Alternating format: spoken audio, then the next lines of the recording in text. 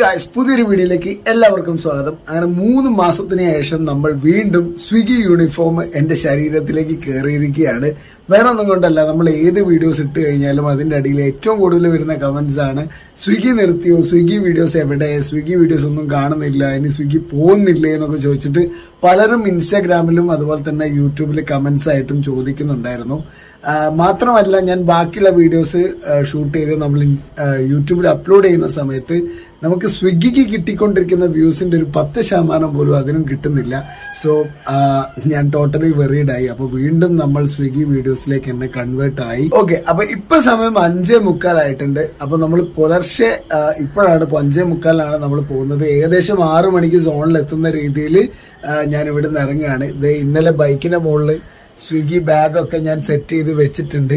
അതുപോലെ തന്നെ ഇപ്പൊ ഞാൻ പണിക്ക് ഇറങ്ങിയിട്ടില്ലെങ്കിലുള്ള പ്രശ്നം വെച്ച് കഴിഞ്ഞാൽ ഈ കുരിപ്പന്നെ തലമട്ട കൊണ്ട് അടിക്കും. കാരണം എന്താണെന്ന് വെച്ച് കഴിഞ്ഞാൽ 5:30 മണിക്ക് ഇറങ്ങണം എന്ന് പറഞ്ഞത് കൊണ്ട് 4 മണിക്ക് എഴുന്നേച്ചിട്ട് ഫുഡൊക്കെ കാര്യങ്ങളൊക്കെ സെറ്റ് ചെയ്ത് വെച്ചിരിക്കുകയാണ്. ഇതിപ്പോ ഞാൻ 5:30 മണിക്കല്ല, രാവിലെ 7 മണിക്കാണ് ഇറങ്ങുന്നത്, എനിക്ക് തലമട്ടലെടുത്ത് അടിക്കും. അതുകൊണ്ട് എനിക്കിപ്പോ പണിക്ക് പോയേ പറ്റുള്ളൂ ഗൈസ്. ഓക്കെ, അപ്പം ഇനി സമയമില്ല. നമുക്ക് ഇനിയിപ്പോ ഇൻസെന്റീവിന്റെ കാര്യത്തിലൊക്കെ എന്തൊക്കെയോ മാറ്റങ്ങളൊക്കെ വന്നിട്ടുണ്ട്. അതെന്താന്നുള്ളത് നമുക്ക് മുന്നോട്ട് നോക്കാം.